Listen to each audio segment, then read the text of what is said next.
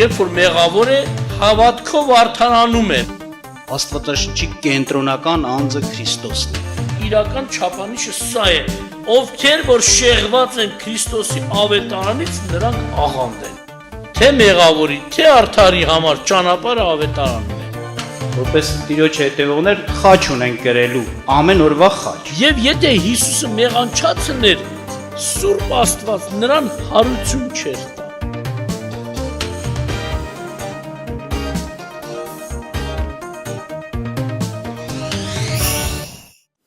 Թող Աստված այսօր էլ օրհնի մեզ, մեր սիրտը պատրաստի իր խոսքերի համար, որտեվ ճշմարտությունը սա է, որ Աստծո խոսքերը արժանի են հավատքի։ Այսինքն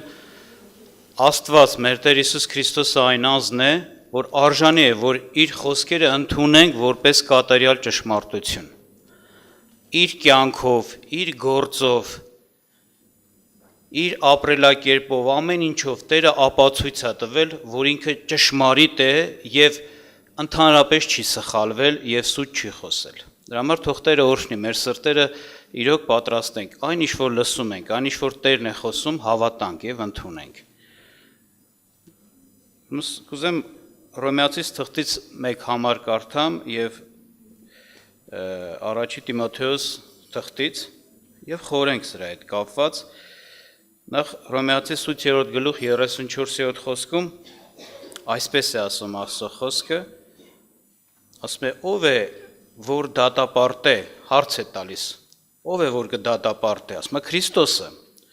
որ մեռավ եւ ավելին որ հարություն էլ առավ եւ Աստծո աջ կողմն է, որ մեզ համար բարեխոսել է։ Խոսում է Տիրոջ մասին, ով է Քրիստոսը մեզ համար, ասում է նա է, որ մեռավ եւ հարություն առավ, եւ բարձրացավ Աստծո աջում նստեց, աջ կողմն է, եւ Աստծո մոտ մեզ համար բարեխոս է։ Այսինքն տեսնում ենք, որ Քրիստոսը մեկն է, որ որոշել է մարդկության համար ոչ միայն մեռնի, արյուն թափի նրանց մեղքերի թողության համար, այլ նաեւ մեկն է, որ կանգնի Աստծո եւ մարդու միջև եւ մարդու համար Աստծո մոտ տեղ պատրաստի, բարեխոսի, բարին խոսի, այսինքն խոսի այնպես, որ Աստված ընդունի մարդուն։ Ասում է նա այդ անձն է Քրիստոսը։ Մեկ ուրիշ տեղ առաջի Տիմոթեոս 2-րդ գլուխ 5-րդ խոսքում էլ Տիրոջ մասին այսպես է ասվում. որովհետև մեկ Աստված կա եւ մեկ միջնորդ Աստծո եւ մարդկանց միջև Քրիստոս Հիսուս մարդը, որ իր անձը ամենի տեղը փրկանք տվավ, որ վկայություն լինի իր ժամանակներում։ Այստեղ էլ Տեր Հիսուս Քրիստոսի մասին այսպես է ներկայացում խոսքը ավետարանը, որ Քրիստոսը միջնորդն է մարդկանց եւ Աստծո միջև։ Ասում է նա իր անձը, իր կյանքը դրեց ամենքի համար, որպեսզի ամենքը փրկություն ունենան եւ դառավ Աստծո եւ մարդու միջև նորից ասած ասած կանգնող անձ, որ միջնորդություն անի, որ ասած շնոր գտնել տա Աստծո առաջին մարդուն, ընդունելի դարձնի մարդուն Աստծո առաջին Աստծո մոտ։ Որոնց տեսնում ենք Քրիստոսի կարևոր ասած անուն գործ, նա մեր համար Աստծո մոտ բարեխոս է եւ միջնորդ։ Բայց կուզեմ ինչ դրա հետ կապված խոսելը հարց տանք։ Ինչու նա պիտի դա անի։ Ինչը պատճառ դառա, որ կարիք կա, որպիսի մարդու եւ Աստծո միջև մեկը բարեխոսի, միջնորդի։ Միթե մարդը ինքը անձամբ չի կարող մոտենալ եւ Աստծո հետ հաղորդակցվել եւ ասենց ասած Աստծո հետ լինել, Աստծո հետ բարեկամություն, մտերմություն, հարազատություն անել։ Պարզվում է, որ ոչ։ Հենց Սուրբ Գիրքը երբ որ բացահայտում է մարդը իր կյանքով, իր բնույթով, իր էությունով, իր գործերով ու խորհուրդներով ով է, ինչպիսին է, Աստծո հանդեպ, տեսնում ենք, որ իրոք անհնարին է դա։ Ինչ է խոսում, որն է իրականությունը, ինչ է ասում Սուրբ Գիրքը այս մասին։ Բազմաթիվ տեղեր կան, ես ուղղակի բանավոր կհիշեցնեմ։ Տեղ կա, օրինակ Եփեսացիս թղթում 2-րդ գլխում Մարդուն անվանում է օրինակ Սուրբ Գիրքը իրական պատկերն է ներկայացնում, ասում է, որ մարդը իր գործերով, իր խորհուրդներով, ասում է, ապստամբության որդի է, հակառակվող է Աստծուն։ Մեղավոր մեկն է, իսկ մեղքը դա ոչ միայն, այսպես ասեմ, մի անիրավ գործ է որևէ մեկի նկատմամբ, օրինակ մարդը մարդու նկատմամբ, այլ առաջի հերթին օրենսդրի, Աստված, որ օրենք է դրել, նրա նկատմամբ է։ Տեսնում ենք բարկության որդի, այսպես է ասում Սուրբ Գիրքը հենց այդ նույն հատվածում, ապստամբության որդի։ Ինչ է սա նշանակում։ Այսինքն սրա մարդը չի ընդունում Աստծո իշխանությունը։ Մարդը չի ընդունում Աստծո հեղինակությունը, որ նա է իր արարիչը, նա իր ստեղծողն է, եւ ինքը պարտավոր է իր ստեղծողին հաշիվ տալ, հնազանդվել, նրան լսել։ Մարդը ինքնագլուխ չի։ Նաև բարկության որդի, այսինքն ինքը բարկություն բերողն է։ Իր գործերը, մարդու գործերը այնպիսին են, որ ամեն օր Սուրբ Գիրքը ասում է սա, այսպիսի խոսք է ասում, որ մարդը ամեն օր իր գործերով բարկացնում է Աստծուն։ Ամբարիշտ մարդը։ Կամ տեսնում ենք ինչ վիճակ։ Իր հոգիների թշնամու հետ միաբանված մարդը Աստծո դեմ է գործում։ Սատանան, որ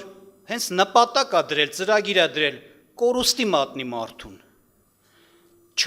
Բարիքի ձրկելով մարդուն չարիքի մեջ տանի, մարդը գնաց է միաբանվել եւ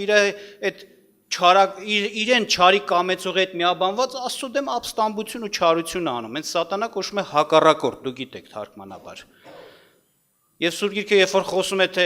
նրան ինչ պիտի սպասի, սատանային եւ իրեն հետ ապստամբած հրեշտակներին, ասում է, որ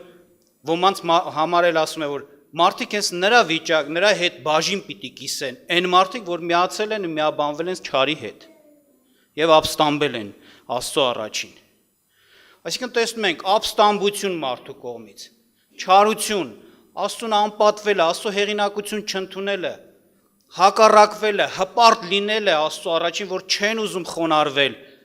իրենք իրենց մեծ բան են տեսնում, բարկացնելը Տիրոջը։ Եվ այս ամենը, ասենց ասած, իրավիճակ է ստեղծում։ Օրեցօր Աստծո բարկության բաժակը այդպես է գրված, մարդու վրա լցվում է։ Ճիշտ է, Աստված համբերատար, երկայնամիտ է, բայց գալու է օր, Սուրբ Գիրքն ասում, որ այդ ամբողջ կուտակված բարկությունն ու ցասումը պիտի թափվի մարդու վրա եւ մարդը դրան արժանի է, ինքն է ստեղծել դա, ինքն է գնում դրան։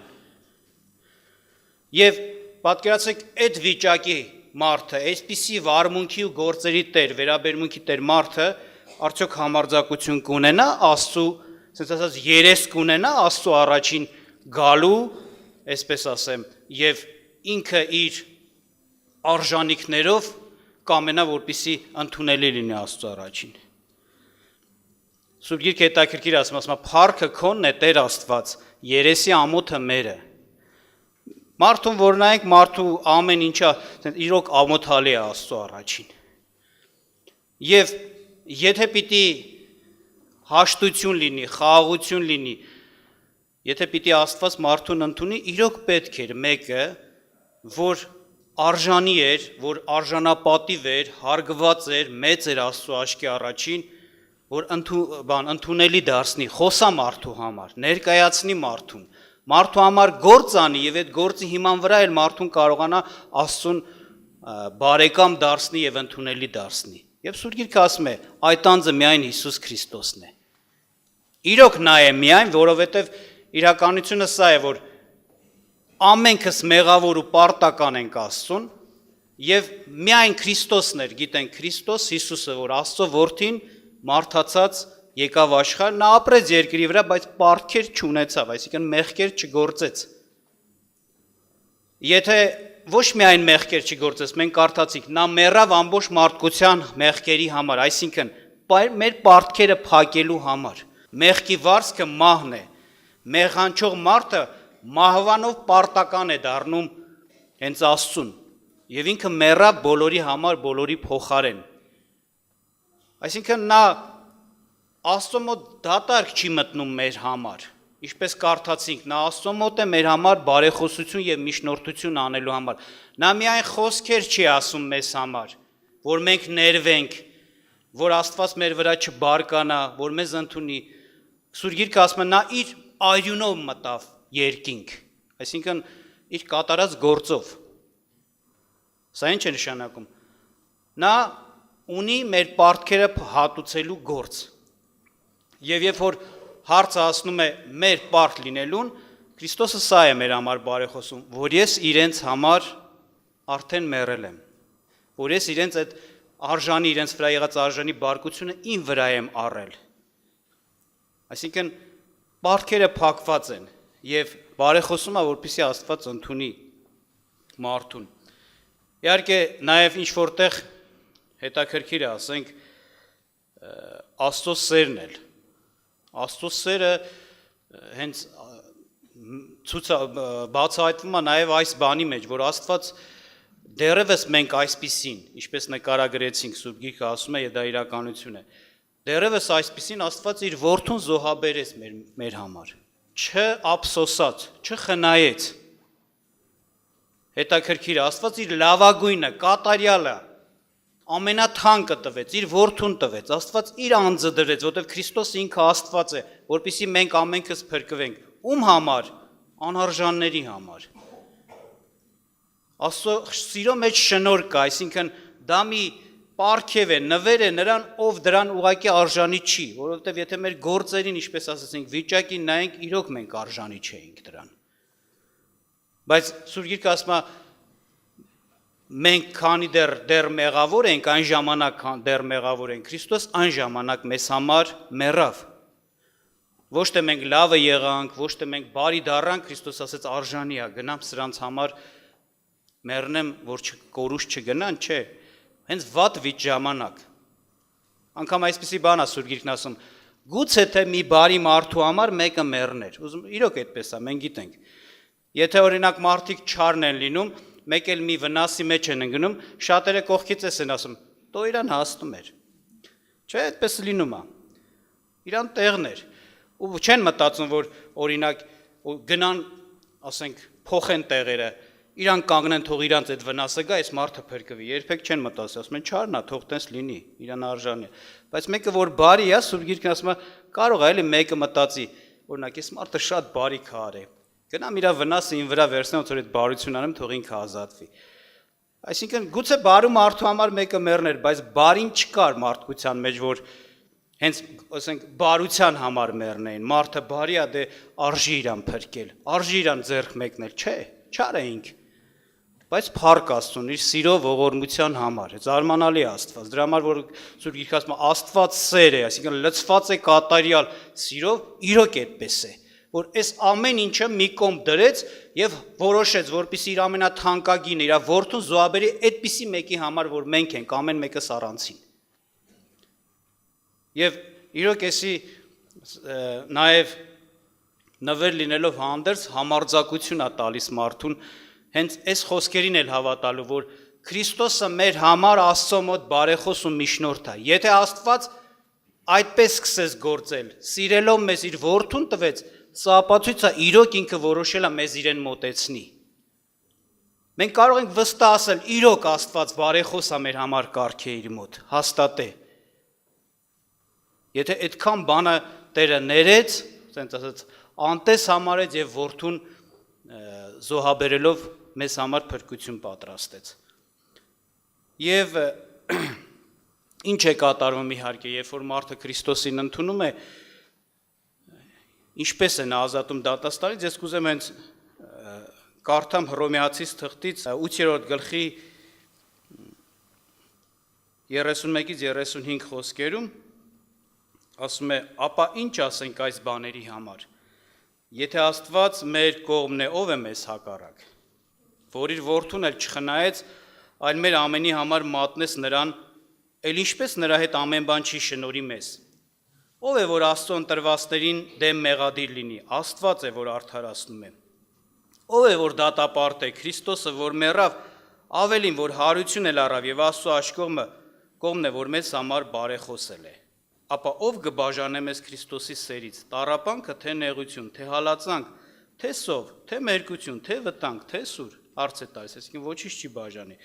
Հետաքրքիր է, ինչ ասում, ասում է, եթե Աստված մեր կողմն է, այսինքն ինչպես դա եղավ։ Դա եղավ այսպես, Աստված մեկին ուղարկեց, որ իր որդին էր Հիսուս Քրիստոսը, նա մեռավ, նա հարություն առավ, նա բարձրացավ Աստծո աջ կողմը եւ մեզ հաշտեցրեց Աստծո մոտ։ Եվ մեզ համար այնպես խոսեց, գործի իման վրա այն բանը արեց, որ մենք ընդունվեցինք մեր հոր մոտ, Աստծո մոտ։ Եվ դառավ Աստված, եթե մի ժամանակ մեր դեմ էր, մեզ հակառակ էր, մեր թշնամուտ, մենք նրան թշնամի ենք, հիմա դառավ մեր կողմը, մեր Աստվածը, մեր հետ։ Թեպետ Աստծո ողորմությունները եղել է մեր կյանքում, բայց իրականության մեջ Աստծո համբերությունը պահում էր, որպեսզի դատաստան չբեր, դատաստանը պիտի լինի Աստծո արդարության եւ սրբության պահանջն է դա։ Բայց այսպես եղավ, որ Տեր Հիսուս Քրիստոսը մի արժանի անձ գտնվեց, թե իր գործով, թե իր անձով, որ Աստծո առաջին այն պատիվ ունեցավ, որ կարողացավ մեզ ընդունելի դարձնել Աստծո մոտ։ Այստեղ այսպիսի բան ասեց, ով է որ մեզ մեղադրում է Աստծոն տրվածներին։ Աստված է, որ արդարացնում է։ Այսինքն ընդհանրապես, այո, մեղադրողը Աստված է։ Աստված մարդուն մեղադրելու է իր մեղքերի, իր չարությունների համար։ Եվ գա Աստծո դատ, Աստծո դատաստան։ Բայց ասում հենց այն Աստված, որ մարդուն մեղադրում է, որ դու մեղավոր ես եւ արժանի ես դատաստանի ով մարդ, հենց այդ նույն անձը մեզ արդարացնում է։ Այսինքն եթե Աստված է մեղադրողը, հիմա Աստված դարձրել է մեզ արդարացնողը։ Շնորհիվ Տեր Հիսուս Քրիստոսի։ Հաջորդ պահը ասում է, ով է որ դատապարտ է։ Ասում է Քրիստոսն է դատապարտողը։ Մենք գիտենք, դատապարտողը Քրիստոսն է։ Մեռելների եւ կենդանիների, այսինքն ինչու եմ այդպես ասում, որովհետեւ հարություն պիտի առնեն բոլորը եւ Քրիստոսի ածյանի առաջին կանգնեն։ Դատողը Հիսուս Քրիստոսն է լինելու։ Բայց հենց այդ դատավորը ասում է, ով է։ Նա մեկն է, որ Աստծո աջ կողմն է, որ մեզ համար ինչ անի բարեխոս լինի։ Թե դատախազը, ասենց ասեմ, դե դատավորը, որտեղ մեղադրողը, գիտեք, օրինակ պետության մեջ կա պետական մեղադրող, չէ՞։ Դա դատախազն է։ Եվ կա դատավոր, որ անաչառ դատպետ է։ Թե դատախազը, թե դատավորը մեր կողմն է։ Աստված մեր կողմն է։ Բայց նորից եմ ասում, մենք պիտի հիշենք ինչու այդպես պիտի լինի։ Ինչ ով է պատճառը, ում շնորհիվը, ում անունով է դա լինում։ Դա Հիսուս Քրիստոսի շնորհքով է։ Եվ սա մեզ համար իրոք մեծ օրհնություն է։ Ցանկացած պահին, ցանկացած հարցում մենք կարող ենք ոչ թե մեզ նայել, այլ մեր Տեր Հիսուս Քրիստոսին նայել։ Նա պատվական է, նա փառավոր է, նրա գործը կատարյալ է, ամեն ինչ է ընդգրկում, եւ շնորհիվ նրան մենք համարձակ կարող ենք խնդրել մեր Հորիցը, մեր Աստծուց, թե ներում, թե ողորմություն, թե օրհնություն, թե ամեն տեսակ բարիք։ Մի մեծ ողորմություն արեց Աստված, որ մենք չկասկածենք մեր փրկության վրա։ Գիտեք ոնց, որտեղ մեր փրկության արդյունքում ոչ թե մենք մեր անձերին ենք նայում, այլ Հիսուսին ենք նայում։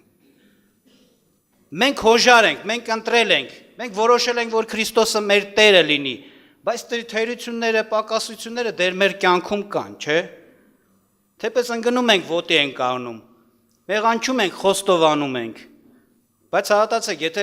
այս խոսքերը չլներ, ասենց ասած Աստծո գործը այսպեսին չլներ, հենց այդ բաների մեջ էլի մենք կասկած կունենայինք, տեսնես ոնց կլինի մեր հալը դատաստանի օրը, տեսնես մենք կփրկվենք, այսքան մեղանչում ենք, թեկուզ խոստովանում ենք, օրինակ, ոնց կլինի։ Կամ թեկուզ խնդրում ես քո կարիքը, քո հոգսը Աստծուց, էլի քո ոնց որ շատ բաներ կգային քո առջև եւ անհավատություն կբերեն, որ արդյոք Աստված ինձ կլսի։ Բայց երբ որ մենք մոտենում ենք Տիրոջը, իմանալով, որ մենք բարեխոս ունենք Աստծո առաջին, մեր Հորը, մեր Աստծուն մոտենում ենք բարեխոս Հիսուս Քրիստոսով, մեզ համար միջնորդող Հիսուս Քրիստոսով, իմանալով, որ նրա անունով մենք ընդունվեցինք, նրա պատճառով շատ Աստված որոշել է ամեն կերպ, ամեն բաների մեզ օրհնի, մեր համարձակությունը սա է, որ իրոք Հիսուսի անունը, այն անունը, որ մշտնջենապես ամեն ժամանակ հավիտյան բարձր է Աստծո առաջին։ Եվ Աստված շնորհիվ նրա անվան պատճառով մեզ կօրհնի։ Իհարկե, եթե մենք ընդունել ենք իրան մեզ Տեր ու Փրկիչ, որոշել ենք այդ անունը մեր վրա կանչվի, մենք էլ նրան կանչում ենք մեզ Տեր։ Եվ այդ դեպքում իրոք մեր հայացքը մեզանից կտրելով Հիսուսին ենք նայում։ Տեսնում ենք Սուրբին, Ամբիծին, Արարատին, Պատվականին Հոր առաջին, Աստծո առաջին, եւ կարող ենք ասել. մեր Աստված, մեր Հայր, մենք վստահ ենք, որ քո որդու շնորհքով, քո որդու անի պատճառով մեզ կօրհնես։ Օրհնիր այս բաների մեջ։ Բժշկիր այս հարցերում։ Ներիր մեզ այս բաները։ Դրա համար Տեր Հիսուս Քրիստոսը նաև անվանում է մշտնջենական զոհ, այսինքն ամեն ժամանակվա հարատև, անընդհատ լինող զոհ, այսինքն շնորհիվ այդ զոհի